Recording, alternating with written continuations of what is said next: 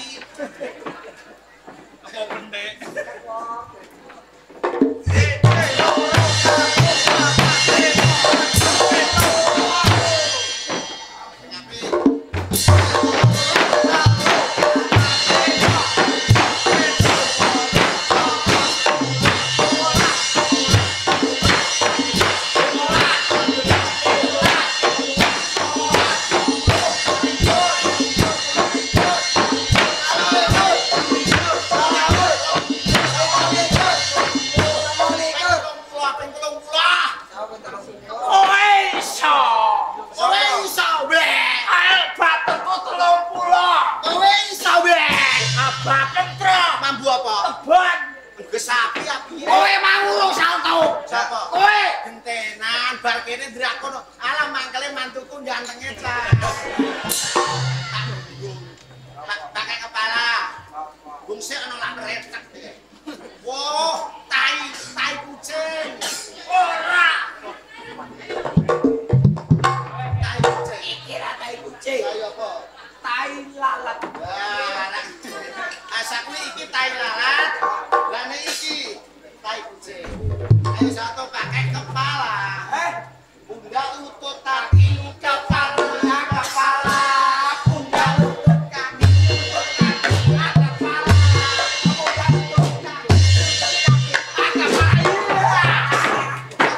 Kowe korban kalau. Puncake kena ngenteni gong lho kae ketoprak pirang-pirang tahun ora ngenteni gong. Gong mente kaget bes. Yo, yo wong kok iso ngene. Gonge dirungono sik, Mas. Ayo, salto.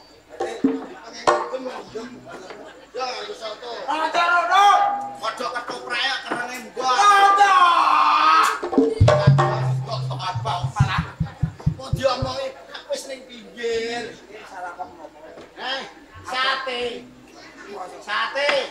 Ngene lho aku muni sate satu bosok iya. Ngene iso ngandani terus. Sate bosok ora ngono. Ayo, salto. Ade.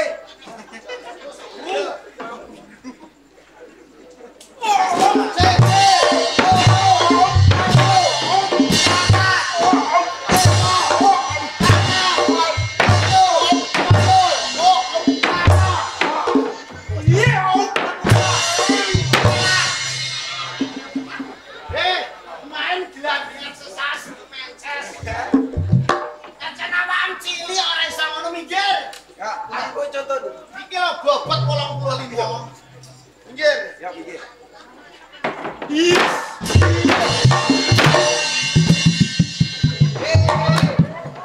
Salto gondas.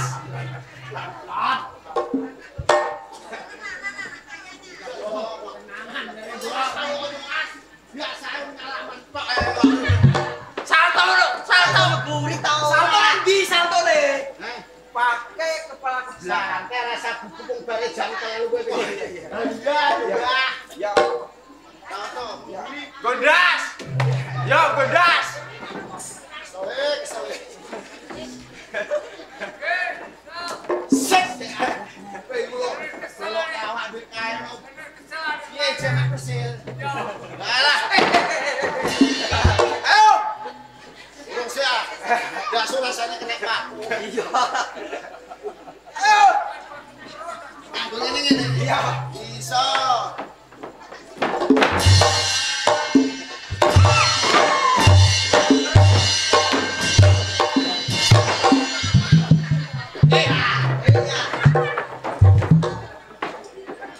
Yes!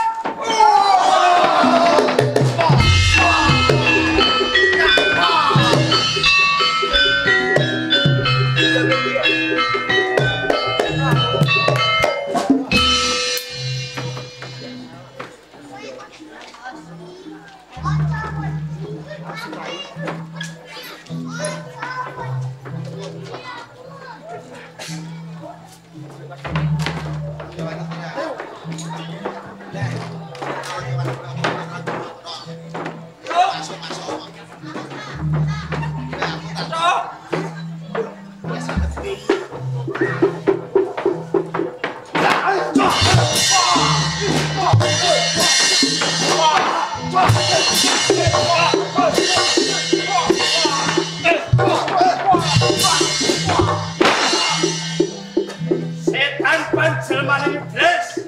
Prajurit. Apa kira ngerteni?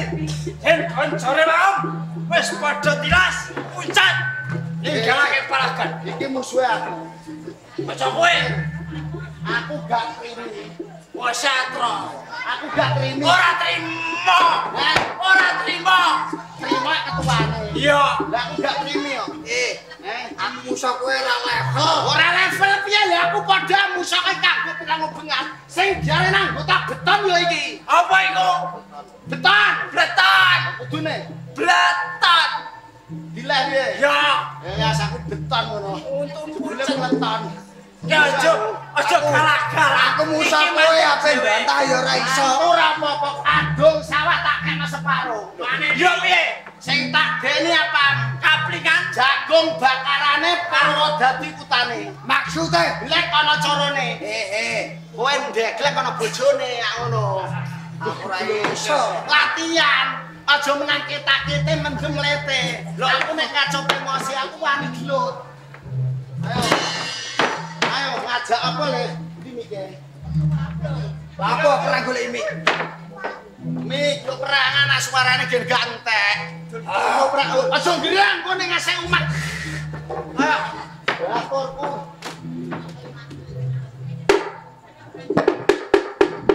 Hei. Nah, taktuk ya apa cah? Pas padakno dina iki aku bakal nembok. Santai to praharian. Wong kene iki wong Jawa rungokno matam. Jereng kupingem.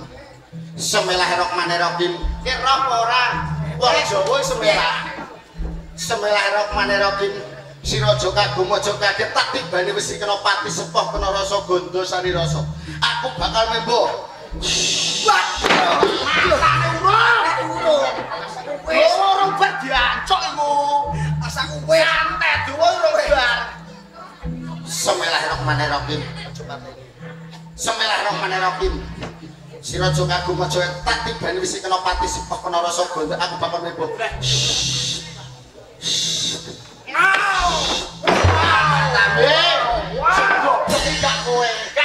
Tukang lampune kene diwontek malah melok ndeloki patake. Lah kudune.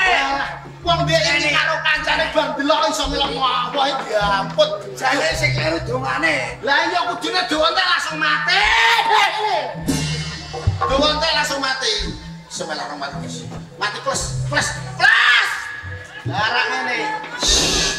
Nek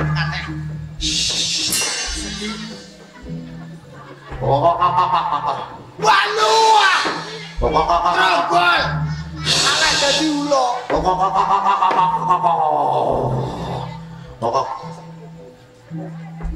Senajan kowe malah aku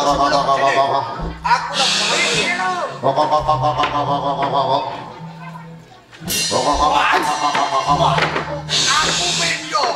Ya.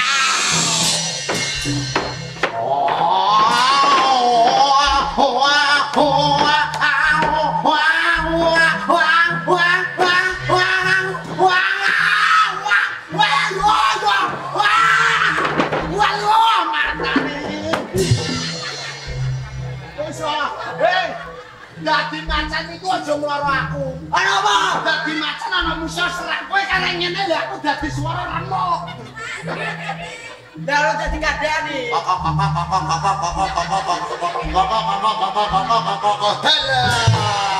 Tak Allah pro tenang.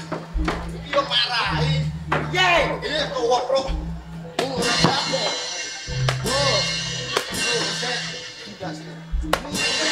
Lendase ning kono.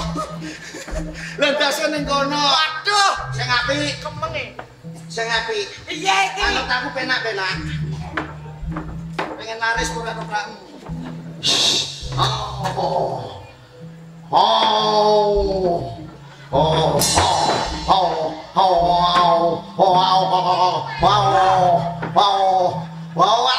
Dadi krabyok.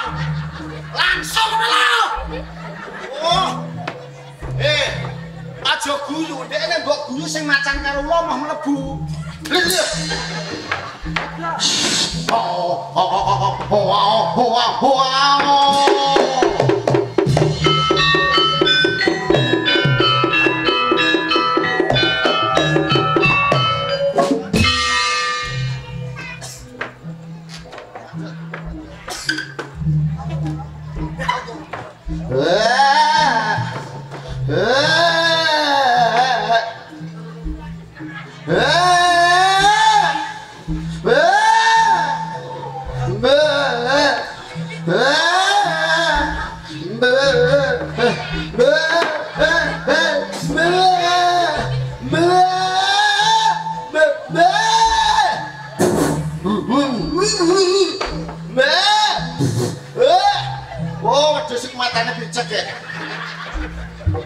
rungokno.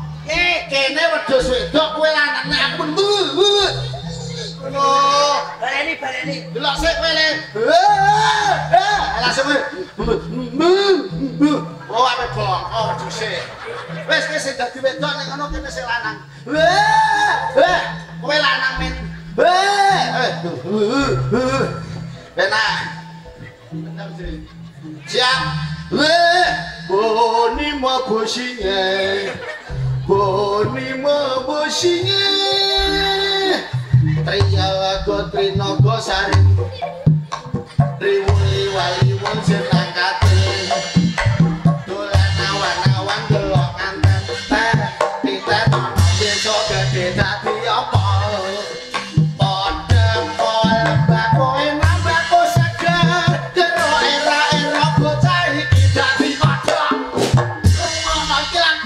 Simbah wong yen Triya Gotri. Oh enak. Wedhus sing apik penak ora dinanggap dhewe. Kok ngono?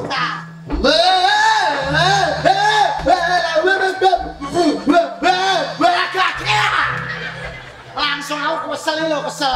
Bayaran 150 kok antar remuk ngene. Alok ning kene icir. Budal esuk nganti sore 150. Sedina sing nyekur 150. So nek wae jare kandhani ya.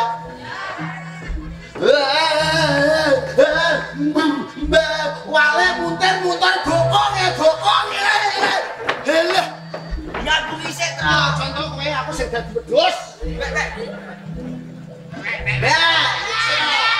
Bro, langsung bebek aku.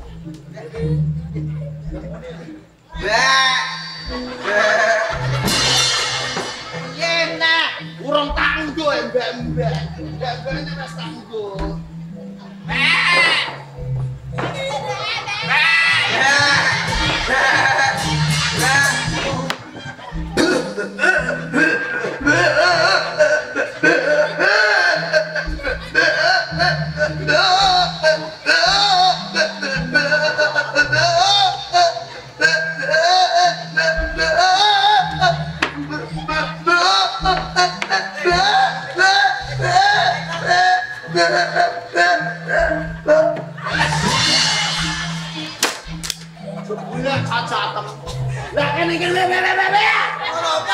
Ayo lanjutno lakone jalukan sing kagungan kersa damel wulan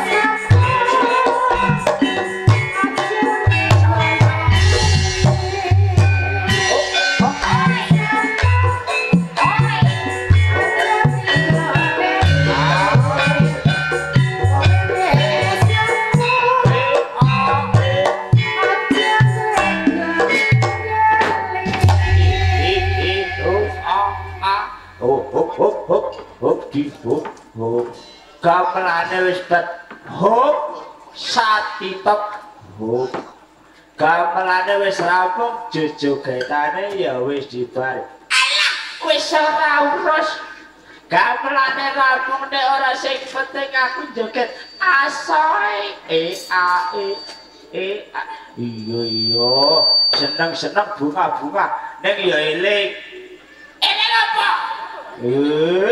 kandhane kok mal ning kene iki ana ketoprak elek trimo ketoprak jenenge Gilatri budaya saking Temuran iya aku wis roh ketoprak sing ganteng-ganteng sing ayu-ayu sing lanang ganteng sing wedok ayu nek aku ganteng kowe sing elit ayu Iya Kak piye? Ngono mah kowe wis uluk salam karo warga kene Puro. Urung Kak. Ayo Miwi. Nah Miwi kowe Kak Miwi. Tak uluk salam karo kene. Iya halus iso. Assalamualaikum warahmatullahi wabarakatuh. He. Uluk salami boyo sing apik, sing halus. Assalamualaikum warahmatullahi wabarakatuh.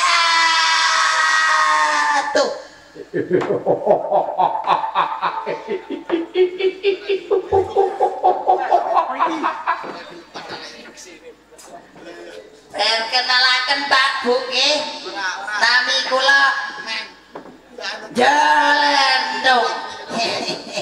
Kula niki elek-elek nggih derek Pak Trimo Gilar Tribudaya saking Blora. Nggih Pak. Aku mbok jak ora.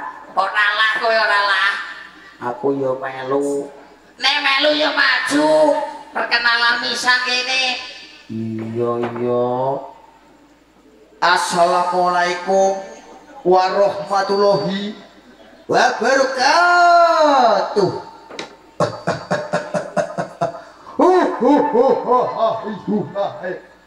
Apa iku kok malah guyu? Nggih, perkenalkan Pak Bu nggih.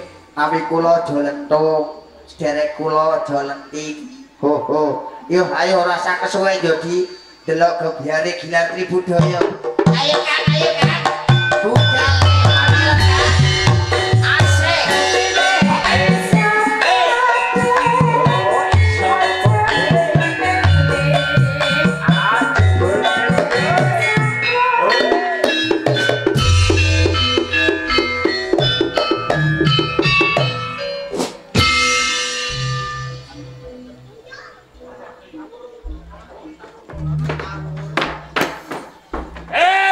Prawadyo.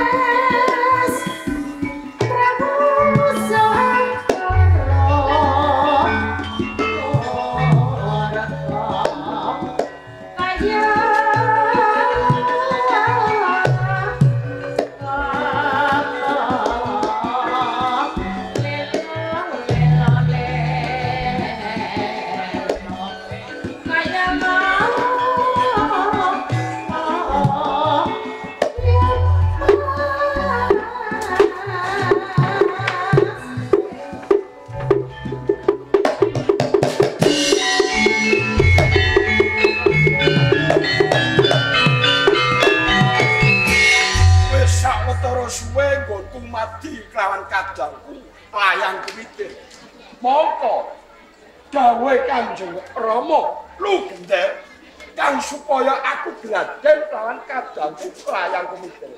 Di layang kumitir jane ana ngendi to iki Mang. Wis tak golekane yen ngono.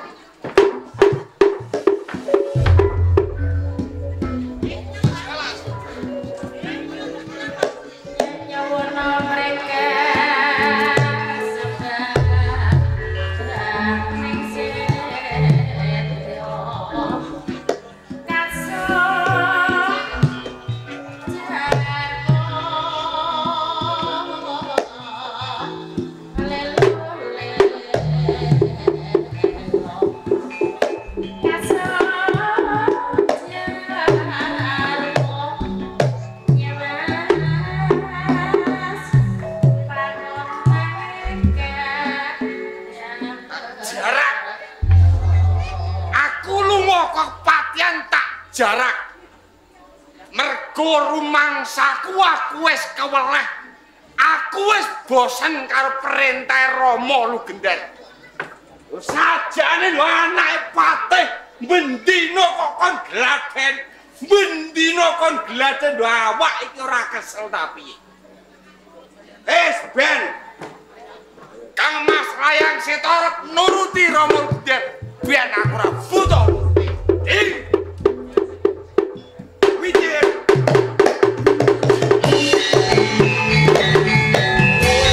Gawe bingunge ati. Sampai ora teko kene lah napa? Aku golek kowe kok, Di. Ajeng sampean golek wonten apa? Lho apa kowe lali dina iki? Perintah Kanjeng Rama, lu gender kowe karo aku dikon gladen di. Sampeyan niku napa mboten kesal to, Kang Mas? Piye? Lu bendina kok gladen, bendina gladen. Sak tenane aku go kesel, Di. Lah nggih kepiye meneh? Iki perintah Kanjeng Rama lho, Di. Lah yen kowe ora nuruti mengko bakal dipidana. Kula Di, najan to kepiye wae. Ayo dino iki kawiwitan gone gladen. Gladen. Iya.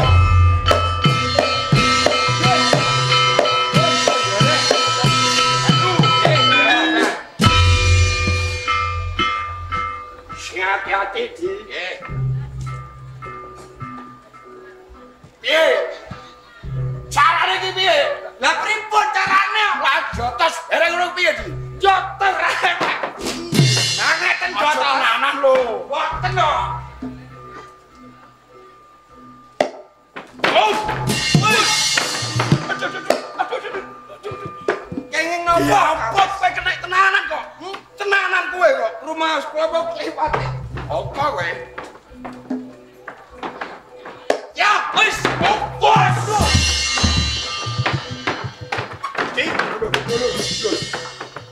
Kenapa? Kenapa? Kena sithik aku ora dadar. Ora apa-apa. Ora apa-apa kena sithik wong lanang sing kuat. Wong lanang sing kuat. Kuat kudune.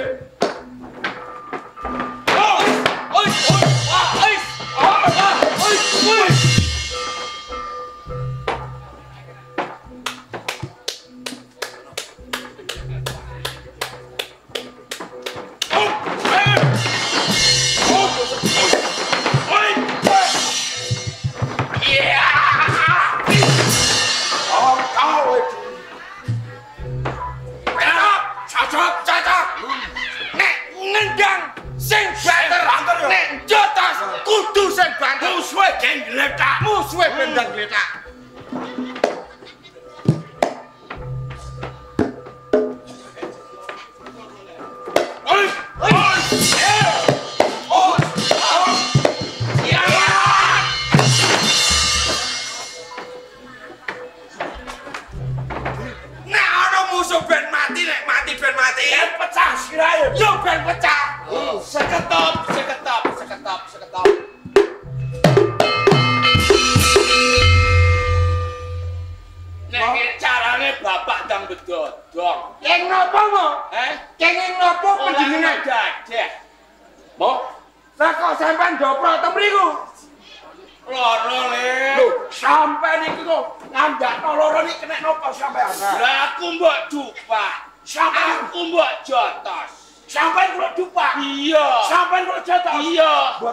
Coba kok mata picak.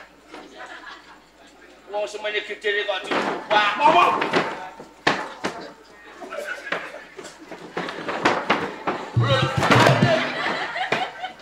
Sampeyan yo ngomong. Buah pete pitung pital. Iya, sampeyan ngomong. Ngomong. Buat iki kan lakon jalan iki. Pripun? Jalan lu pitung dina medhot, Dok. Pripun mau? Diganti lagi. Pon sing penting iku sesuk iki. Hah? Sing penting niku mengkene nggih. Sesuk apa utang. Le aku cekel lempok bapakne. Aduh. Siapa lu awake niku le? Lah awam cilik, sampeyan awak gunung Bromo sampeyan gedene. Kowe awam cilik. Cilik kula. Padha gajah kok cilik. Romo. Apa? Sampeyan kok tedaten mriki wonten alah. Sampeyan iku lho. Sampeyan pate kok gawe nyugi sandak. Sampeyan niku nek jebol njahitno. Goeman. Mama. Ana apa lali? Sandale sampean niku lho, Mak. Sampean niku patih lho, Mak. Tiang nomor kalih teng Mojopahit. Iku nek ning ndopo Mojopahit celene iki teng alas kok, Le. Napa to bentene teng Mojopahit kalih teng alas niki? Ya wis tak nggone. Nggih, sampeyan. Lah, Salah ya to. Tenan to tenan. Kulawe Mak. Gus. Hah? Kuwale lho digeti. Mau jeneng kuwale. Anak loro lanang-lanang kok ora ana sing bener blas. Pun, monggo diagem. Patih kok. Lah, ciri. Mau kula mriki sampai dados patih sandale niku kok ciri niku pripun?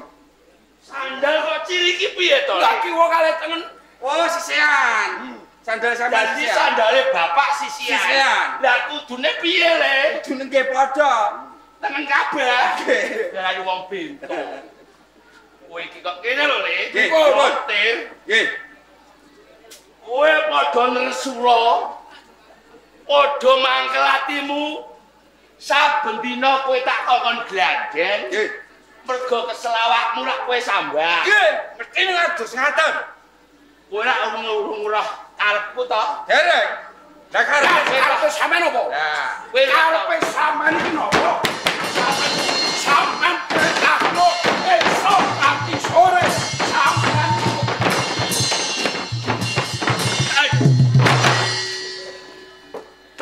Oh, anak-anak dibadok foto. Jane karepe sampean iki pripun? Kula niki bingung. Lah kok bingung sing kok bingungi piye? Bingung kalih karepe sampean nek ndek karep boten ndang ngomong. Malah sampean melok-melok bingung. Ini lho, ini. Pripun mau? Kowe urung roh karepku to? Dereng. Kowe ya urung. Dereng mau. Aku dhewe ya urung. Lho, mateni wong e. Sampean perintah kula niki karepe napa nggih? Dereng dulu. Ini aku tak blokok. Tak blokok. Nggih. Bloko suto blak kutang terus terang. Nggih. Yo gene kowe saben dina kok tak perintah gladen, dimen awakmu kandel kulitem, atos balungem. Delak balunge kula nggih pun atos wae. Tenan ta ora? Nggih balunge kula niki. Iya pun tak kirik lho. Lah nek pun kulite kula pun kandel balunge kula nggih pun atos. Besok kowe bakal tak congok-congke tak angkat derajatmu sing dhuwur, sing pangkat derajat sing dhuwur. Diangkat sing dhuwur disundui ngambil pring ae. Nduwi makam lho. Sampeyan pripun kok disunduki? Lah, Lah sampeyan arep diangkat sing dhuwur jarene. Derajate kan Mas, derajate sing derajat. Ya kira derajat ta ora? Las nggih mboten ngertos aku. Pak kok ora derajat. Pripun? Lah terus Nek kowe lakon diangkat derajate, kowe besok dadi ratu nyang Mojopahit. walah kula niki Duwe bojo ratu. Dia Ayu Sobo Siti kecotot. kula niki mau Wah, kecotot wungu kencana wungu. aku mah ngomong piye? Kecotot wungu Kliru. sampean baleni. Dia Ayu Sobo Siti kecotot. Lah, lak tenan to. Apa? Sampean melet. Lah, persis sampean. Persis kirek. Mateni wong. Keceton omongane sampean sing karo Kamas layang seto jeng sampean congolke teng Pendopagung. Mojopahit. Kira-kira sampean daupno karo kencana wungu. Ratu Mojopahit. Bener le. Dadi ratu. Nek kowe kelakon dadi ratu. Nggih. Kowe dadi patih. Lho, Lah kacak tak. Kamas layang seto dadi ratu, kula dadi patih. dadi patih kraton. Bapak dadi jeksane negara. Sampean. Lah kok gede karo. Cocok iki. Kowe patih aku ratune. Kira-kira kowe jawab karo kencana wungu, aku karo Larasati kadange kencana. Cocok.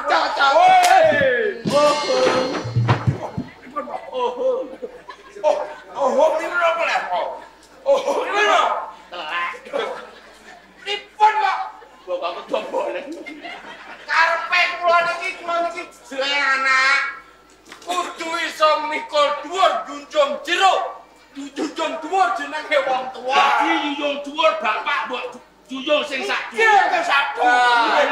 Mbok pendem jelu ya. Nggih, kula pendem. Sampeyan nek bapak mati mbok pendem jelu. Pendem jelu. Pirang meter le? 7 meter.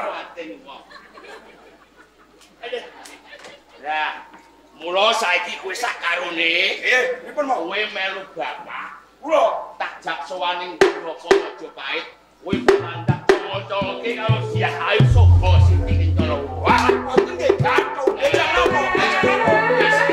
Monggo lah ngoten. Monggo. Saiki monggo.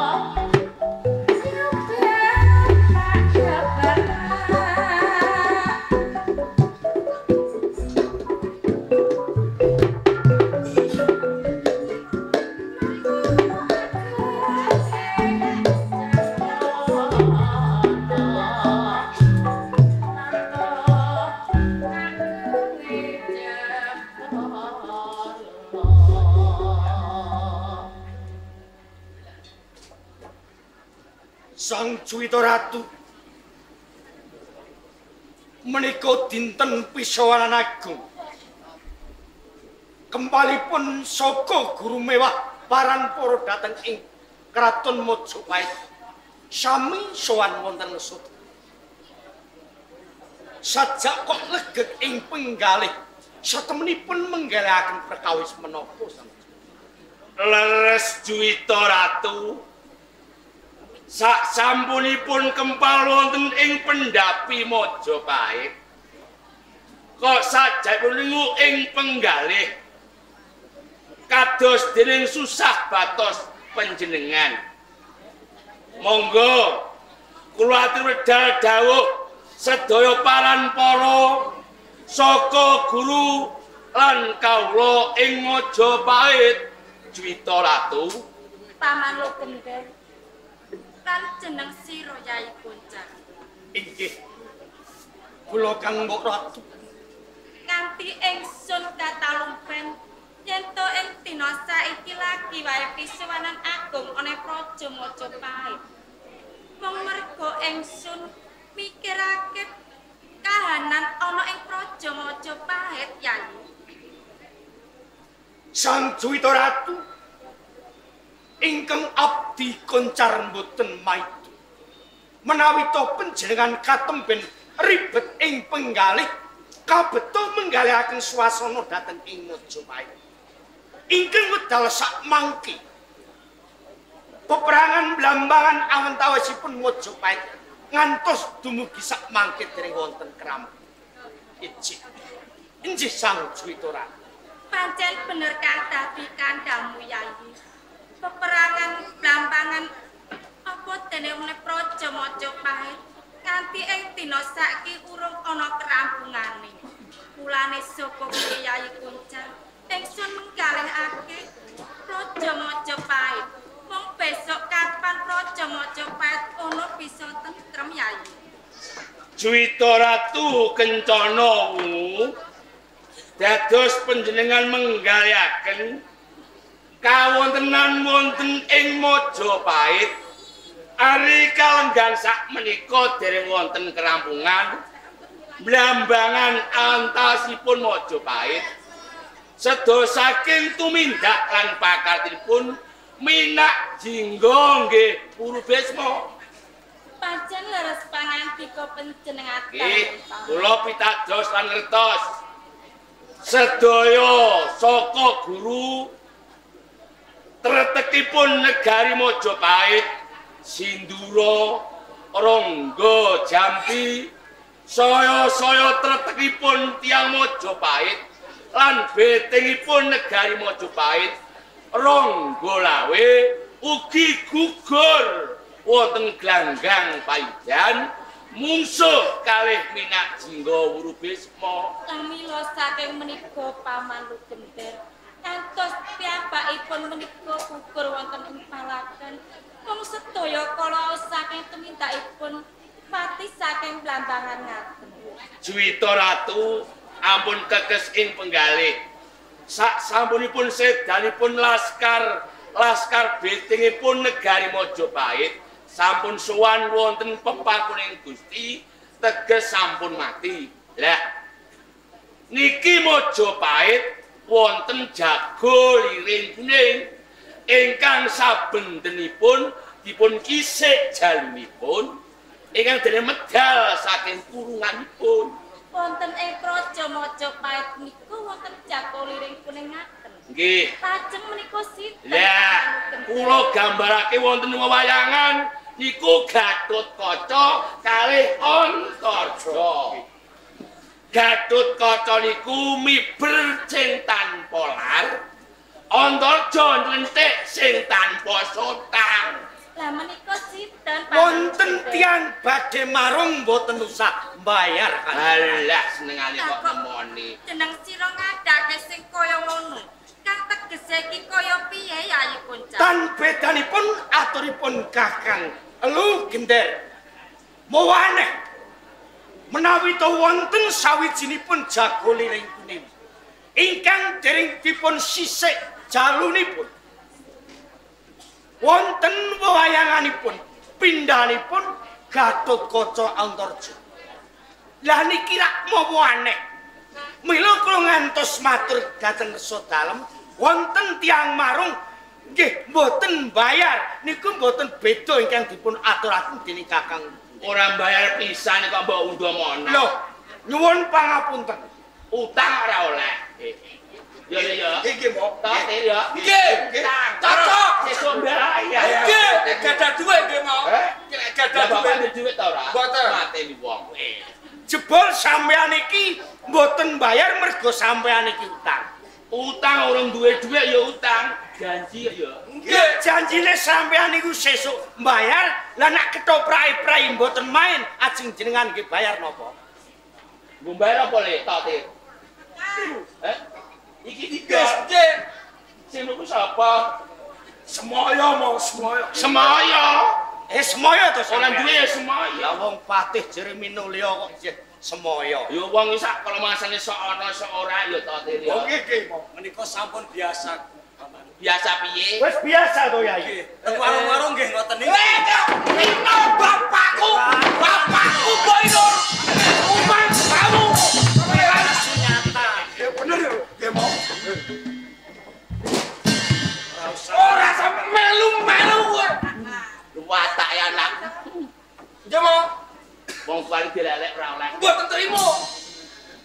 Aku ngerti kawan putrane Kakang Lugender. Kok watake cengkile. Pancen tak ulang-ulang cengkileng moro tangan ya to. Nggih. Cengkileng moro mangan. Nyandak piring moro mangan. Ateni wong. Ya nggo dhewe. Nggo dhewe. Lali. Ladok sirahe. Sampai lali. Cengkiling moro tangan kok dienggo dhewe, lho kancane ora dibagi. Aduh. Kakang Lugender, sampeyan matur Resa Dalem menawi to wonten sawijinipun jago liring kuning. Gatotkaca Antarja niku sinten? Kowe peruh car. Nggih. Gatotkaca karo Antarja. Nggih. Seta Kumiter. Seta Kumiter niku Gatotkaca.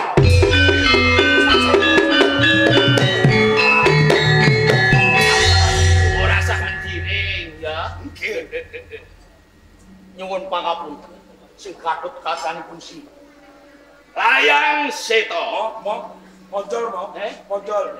Mondol, Bang. Semondol. Apaan sih mondol? Apaan sih mondol? Pripate mondol, Bang. Ciri khas. Kakang Lugender Dikoncar. Sampean saben Mojopahit wonten wirunggan lan wonten pisowanan agung ngrembat perkawis gegeripun Mojopahit ingkang panjenengan aturaken namung layang seta lan layang kumiti menawi saged mabur sing tanpa lar kula tak kepengin ngertos kados pundi kadek gayanipun layang seta lan layang kumiti. Lah sing kok karepe piye, Car? Lah nek menawi saged mabur sing tanpa lar, saged panjenengan aturaken Dyah Ayu Kencanamu dimen nyekel Bupati Blambangan Guru Besma lan Minaji. Iki goblok. Lho, Dadi jeksa negara wis pirang-pirang taun kok goblok. Lho kok bener Maksude upama siramu.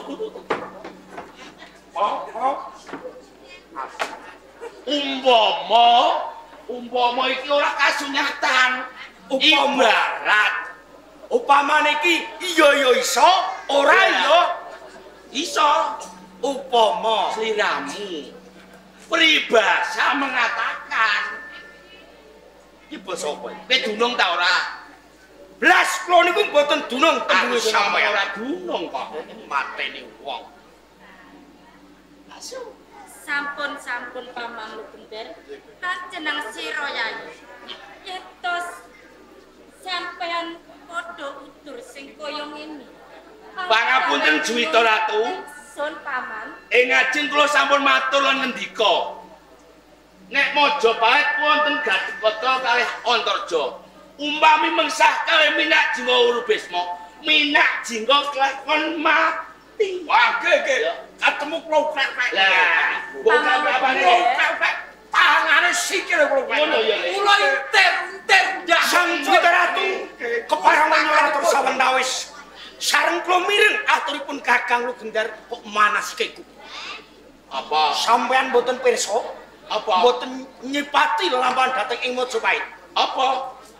Murtatipun Guru Besma Minak Jingga kabuta remen kalian Dyah Ayu Kencanamu. Wis ora. Nek sampean ngerti saka guru Senopati ing Mojopahit Rangga Lawe sampun panjenengan aturaken. Ya, Rangga Jampi Sindura Kediri sami gugur wonten ing palagan. Lho nek anak sampean paribasan durung pupuk rempuyangipun kok badhe panjenengan mungsuhaken Bupati Blambangan. Car, Napa? aja mbok gebyah-uyah padha asine. Iki kok Saniki jalma datan kena kira. Sapa weruh anak loro iki setok mitir bisa menang mungsuh karo Minak Jingga. Kula dereng percaya menawi badhe panjenengan ajengaken dhateng ing palagan kudu njajal koncar aneh sampe.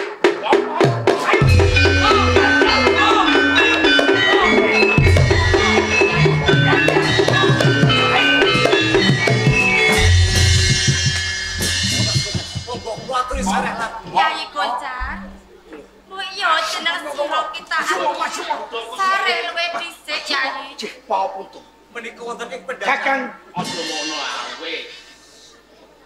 yen to jeneng sira padha kaya sing kaya ngono ora bakal tambah kramingane Yayi Koncar kados pundi Sang Juragan. Nyuwun lumeberipun pangarsami ewon dene kula mboten kagungan trapsila. Amargi sedaya kala wau saking aturipun Kakang. saiki ngene wae yo Yayi Koncar wong ingsun bakal kandha marang jeneng sira Perkawis menapa Sang Juwita Ratu? ingsun entuk wangsite Jawata yen to ana ing Praja Majapahit bisa tentrem Yayi yen to Praja Majapahit kecondhokan pawongan ing saka gunung kang aran Damar Sasongko Yayi Damar Sasongko.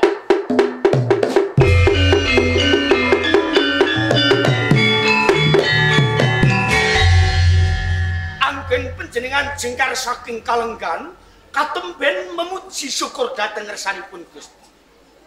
Lajeng panjenengan nampi wasitipun dewa negari Mojopahit saged tentrem wekasan menawi kecondokan bocah saking dusun ingkang katelah Damar Sasong. Pancen bener kaya ngono Yayi. Menapa Sang Juwitara sampun pirsa piyayinipun? Ingsun durung pirsa pawongane. Mung ingsun bakal utusan marang penjane Paman Gender Yayi. Nyemanggaken perkawis menika Sang Juwitara. Paman Gender. Paman Gender. Paman. Mok sampai ditimbali Sang Juwita. Nggih kula Juwita Ratu dawuh. Panjenengane ingsun badhe utusan lawan jeneng sira. Panjenengan badhe dawuh dhateng kula menapa? Aku bakal utusan marang jeneng sira kang supayane jeneng sira Bupati anane Damar Sasongko. Bocah saka ing gunung Paman. Kula kedah ngobati nom-noman bocah saking desa ingkang nami Damar Sasongko. Nggih, Pripun Mok? kowe tau weruh krungu ta ora? Nggih, sing jenenge Damar Sasongko bocah desa. Nggih, dereng to Mok. Dereng Mok. Kowe urung tau weruh? Dereng. Urung tau krungu? Dereng. Padha. Padha niku pripun? Lah nggih sampean matur to. Sampai iki kondo, sampai kondo. Yo sabar Nggih. Jur umure swidak 8 niku mpun lingklung sampean. Aku linglung. Jek sapa? Kula anak mestani panjenengan niku. Umpama sliramu piyambak niku. Pangapunten dalem Juwita Ratu. Menawi sedaya kula sampun dados dawuh dalem. Kula kedah ngupadi Damar Sasongko bocah lari saking dusun. Nggih. Kula mboten kawaratan, mboten kabotan. Saged kula badhe budidaya ngupadi Damar Sasongko. Wis saged ora le? Oh, saku. Ya. Nggih, saku. Tak, budal. Nggih. Ya. Pangestu. Sang Juwita Ratu.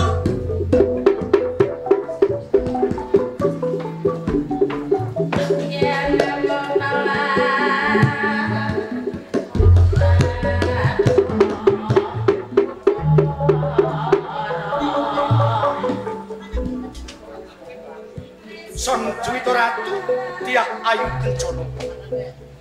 Rene sampun tetelo menawi to panjenengan nampi wasitipun Dewi. Negari Majapahit saged tenten selamu.